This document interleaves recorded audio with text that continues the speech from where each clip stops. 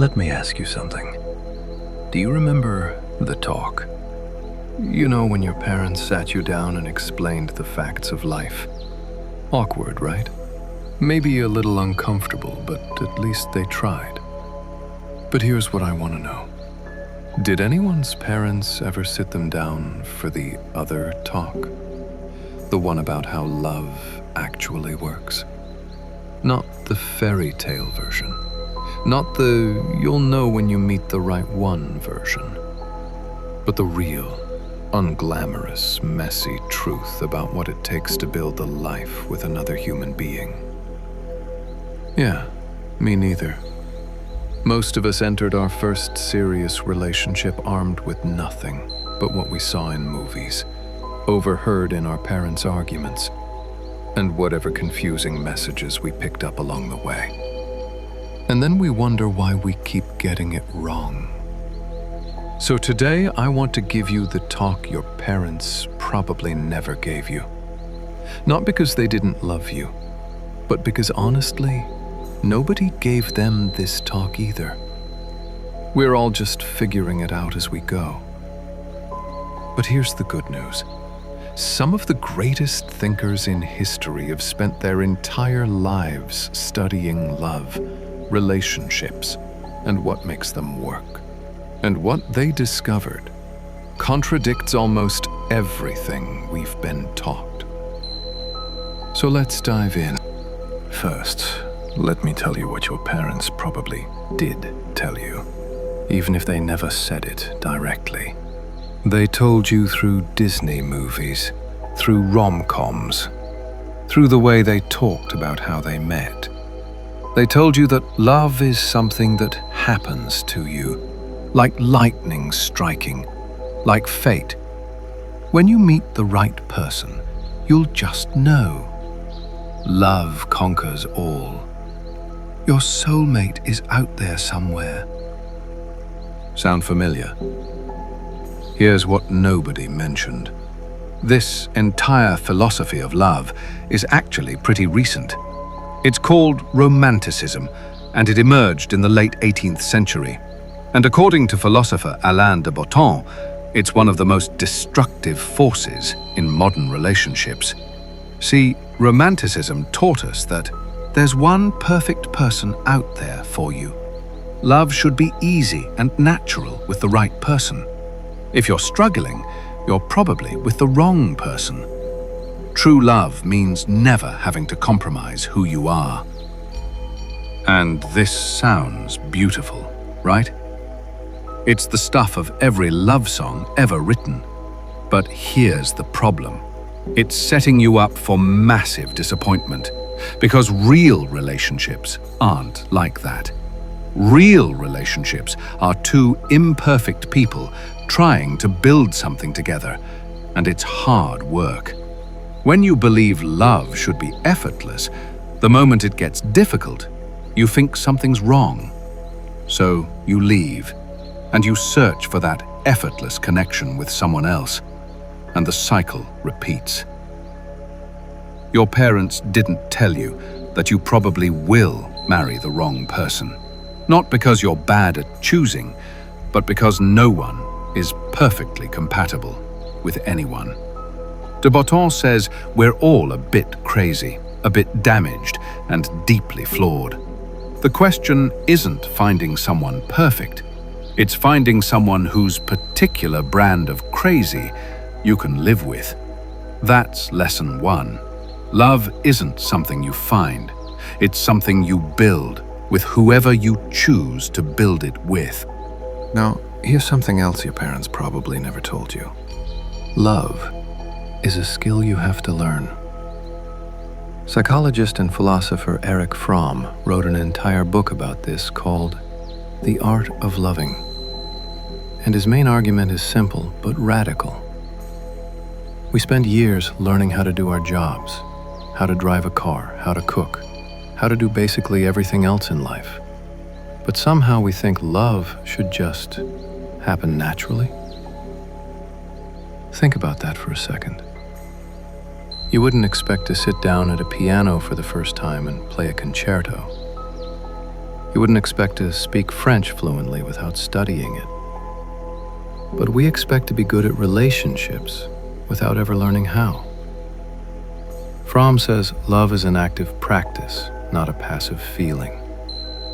It requires care, actively paying attention to your partner's needs, not just when it's convenient, but consistently. Responsibility, not in the boring adulting sense, but in the sense of being response-able, being able to respond to your partner with presence and attention. Respect. And he doesn't mean just being polite. He means seeing your partner as a separate person with their own path, not as an extension of you or a solution to your problems. Knowledge. Actually studying your partner, learning their fears, their dreams, what makes them feel loved, what triggers their defenses. Here's what this means practically. When your partner snaps at you after a long day, a skilled lover doesn't take it personally or snap back. They recognize the stress. They respond with patience. They know this isn't really about them. When you're in a conflict, a skilled lover doesn't just try to win the argument. They try to understand what fear or need is underneath their partner's position. When your partner is going through something difficult, a skilled lover doesn't try to fix it immediately or give advice. They show up. They listen. They make their partner feel less alone. This is work. Real work.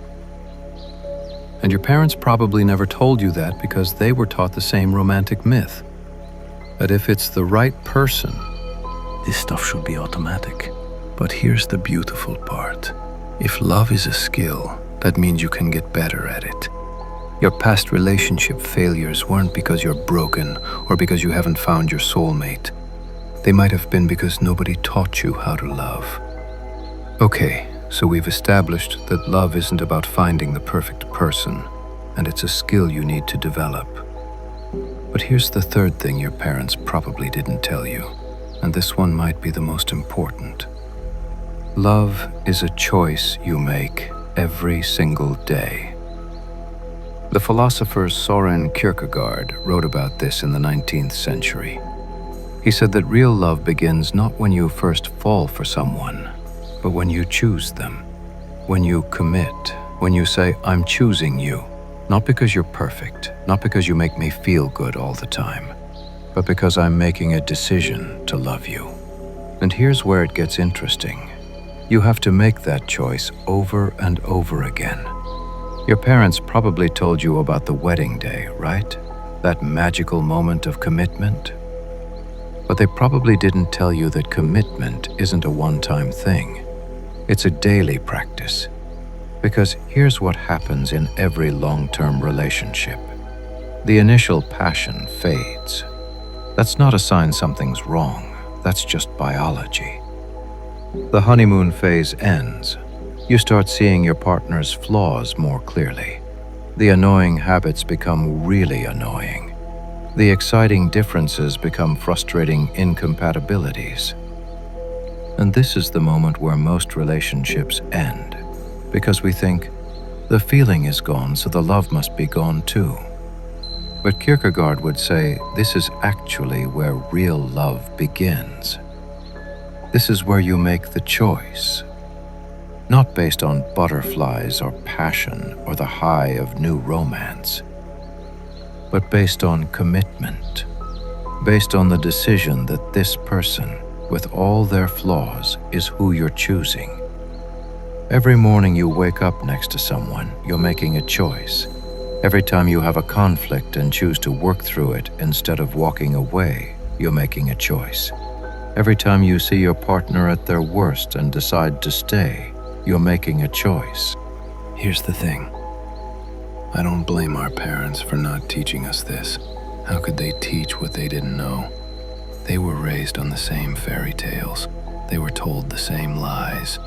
And many of them did their best with incomplete information. But we have access to something they didn't. Centuries of philosophical wisdom about what actually makes relationships work. We don't have to repeat their mistakes. We don't have to wonder why our relationships keep failing. We can learn. So, if you're in a relationship right now and you're struggling, maybe it's not because you're with the wrong person. Maybe it's because you're operating on bad information. Maybe you need to shift from looking for the perfect person to becoming a better lover. From chasing feelings to making choices. From expecting ease to accepting that anything worthwhile requires work. And if you're single and looking, maybe stop searching for your soulmate and start preparing to become someone worth choosing. Someone who knows how to love. Someone who's ready to make the daily choice. Because here's what I believe. Most relationships don't fail because people are incompatible. They fail because nobody taught us what love actually is. Consider this your education, the talk your parents never gave you, the truth about love that took me years to learn and that philosophers spent lifetimes understanding. Love isn't a feeling. It's not fate. It's not finding the right person. Love is a skill you develop with a person you choose. Through commitment you renew every single day. That's what your parents didn't tell you, but now you know. If this resonated with you, subscribe to this channel.